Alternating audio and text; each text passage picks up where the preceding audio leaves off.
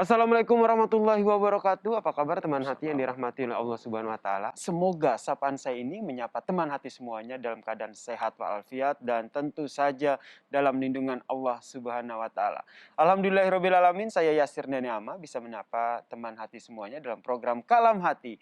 Insya Allah sampai ke hati. Nah, di pagi hari ini saya tidak sendiri, saya ditemani oleh Ustadz Dr. Agus Ramadi. Assalamualaikum warahmatullahi wabarakatuh. Dok, apa kabar? Waalaikumsalam, Mas Yasir. Alhamdulillah baik. Sehat ya, Alhamdulillah. Dok ya? Alhamdulillah. Alhamdulillah. Nih sudah ada dokter di sini, berarti tema yang akan kita diskusikan, yang akan disampaikan tausiahnya ini juga berkaitan dengan kesehatan dan juga Islam nih. Nah, karena tema kita pada pagi hari ini teman hati yaitu mengenal terapi bekam. Ini menarik sekali nih ya, Ustaz ya. Insya Allah menarik. Insya Allah menarik nih. Tapi sebelum kita persilakan dokter untuk menyampaikan tausiah yang terkait dengan bagaimana mengenal terapi bekam ini, saya ajak dulu nih teman hati untuk menyimak sebuah artikel berikut ini. Bekam, tradisi dan juga sains modern. Kita lihat maraknya bekam di Indonesia tak lepas dari keinginan sebagian umat dalam mempraktikkan metode pengobatan zaman Nabi Muhammad SAW. Dimana kalau kita lihat artikelnya ini menyebutkan bahwa bekam ini juga dapat diklaim menambah kebugaran, mengatasi nyeri, kemudian mengatasi masalah otot, insomnia, dan juga asam urat nih teman hati. Gangguan kesuburan, tekanan darah, hingga irama jantung. Ternyata metode bekam ini masa kini pun juga ternyata lebih kaya dan lebih banyak begitu. Tidak hanya mengandalkan ilmu dan juga metode terapis bekam masa lalu, ternyata bekam juga memadukan dengan ilmu kedokteran modern. Nah, untuk walaupun ada yang pernah mencoba, ada yang belum pernah mencoba, Dok. Kalau saya sendiri ini belum pernah nih mencoba terapi bekam ini. Tapi kalau kita lihat kenapa akhirnya terapi bekam ini sangat dianjurkan. Apalagi ini merupakan salah satu pengobatan yang dianjurkan oleh Nabi Muhammad SAW. Koreksi kalau saya salah ya, Dok ya. Iya. Silakan, Dok. Baik, bismillahirrahmanirrahim. Assalamualaikum warahmatullahi wabarakatuh.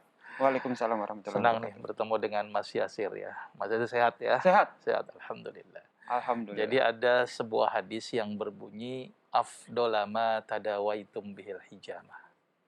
Sebaik-baik pengobatan yang kalian lakukan adalah berbekam. Walaupun tidak semua penyakit bisa diobati dengan berbekam, tetapi pada zaman Rasulullah, Rasul ini mengklaim ini adalah pengobatan yang paling baik. Afdolah. Ya, jadi kata afdol. Bahkan ketika Rasulullah Isra Mi'raj, gitu ya, Rasulullah pun itu dibilang sama para malaikat, ya Rasulullah, perintahkan umatmu untuk berbekam. Jadi oleh-olehnya Nabi ketika Isra Mi'raj itu tidak hanya sholat, tetapi juga berbekam. Maka itu kenapa Rasulullah sangat menganjurkan ya umatnya ini untuk berbekam. Ya, bahkan ada satu hadis kesembuhan itu terletak pada 3. Ya, yang pertama dan salah satunya adalah dengan terapi berbekam, yaitu minum madu, berbekam, dan sundutan dengan besi panas. Tetapi tidak direkomendasikan yang sundutan dengan besi panas. Berarti hal ini menunjukkan begitu luar biasanya bekam. Dan Rasulullah itu rutin berbekam. Bahkan ada satu hadis, walaupun ini kita harus cek nih, hadis ini sahih atau tidak, disunnahkan tanggal 17, 19, dan 21. Gitu ya. Jadi ada tanggal-tanggal yang memang direkomendasikan untuk berbekam. Jadi bekam ini merupakan kebiasaan yang Rasul lakukan untuk sebuah pengobatan. Rasul pernah pusing, dibekam. Ya, Rasul rutin juga berbekam sebulan sekali. Bahkan ada titik-titik bekam yang direkomendasikan oleh Rasulullah. Misalnya di sini, di sini, di sini. Itu titik-titik bekam yang direkomendasikan oleh Rasulullah. Dan ini ada dasar hadisnya. Maka itu kenapa terapi bekam ini sangat-sangat direkomendasikan sekali. Apalagi sebaiknya dirutinkan. Nah, kalau Mas Yasir belum bekam, sebaiknya berbekam. Sebulan sekali saja. Itu nikmat sekali. Atas anjuran dokter dan juga sesuai dengan anjuran dari Rasulullah SAW. Iya. Ya. Dan bekam ini pun tadi benar ilmiah. Sangat ilmiah sekali. Ya. Jadi mungkin saya akan coba terangkan secara perlahan-lahan, mudah-mudahan bisa dipahami oleh masyarakat, bahwa ketika berbekam itu ada aspek-aspek dalam konsep kedokteran modern diteliti. Yang pertama begini, ada satu penelitian yang cukup menarik bahwa ternyata bekam ini mengeluarkan yang namanya CPS. Apa itu CPS? Causative Pathological Substance. Atau substansi yang bisa menyebabkan patologis. Ternyata ketika dibekam, itu yang keluar itu kan, bekam itu di kulit tuh Mas Yasir. Di kulit gitu ya, di kop. Maka apa yang terjadi? Terjadi peningkatan laju filtrasi. Ini saya coba terangkan mudah-mudahan bisa dipahami. Jadi filtrasi itu begini. Jadi kulit itu kan terdiri atas sel. Sel itu kan dikasih makan oleh pembuluh darah melalui kapiler. Kapiler itu pembuluh darah kecil. Sehingga dia akan merembes supaya ngasih makan. Nah, di daerah itu ada satu ruangan namanya interstisial. Ini mungkin masyarakat agak susah nih membayangkannya. Karena sel itu butuh makanan dari kapiler masuk ke interstisial. Nah, ketika di kop, cairan interstisial itu jadi apa ya? Filtrasi di kapiler itu meningkat. Maka itu terjadilah kumpulan yang disebut dengan cairan interstisial. Kemudian dikeluarkan dengan penusukan. Keluar itu cairan interstisialnya. Nah, cairan interstisial itu ada makanan, ada sampah, ada nutrisi, ada air. Itu dikeluarkan ketika bekam.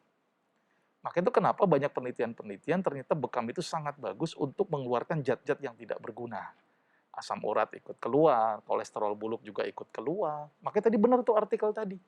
Bisa ngurangin nyeri-nyeri otot gitu kan. Karena mungkin ada beberapa laktat yang bisa dikeluarkan.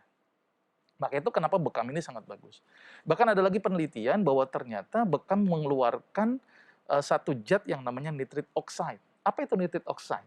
Zat yang bikin pembuluh darah itu nanti melebar. Gitu ya. Jadi bagus sekali untuk apa? Untuk orang-orang yang hipertensi. Nah, ini mekanismenya panjang sekali kalau diterangkan secara medis, ya.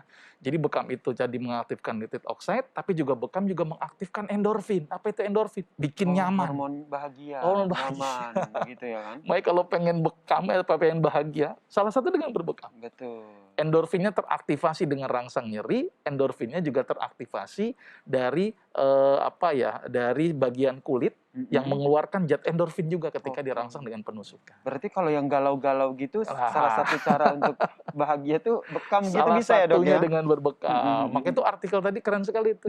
Ya, karena memang apa? Karena penelitiannya cukup banyak. Ya, kebenaran penelitian saya S2 saya juga salah satu yang meneliti tentang bekam. Jadi menarik sekali tentang bekam.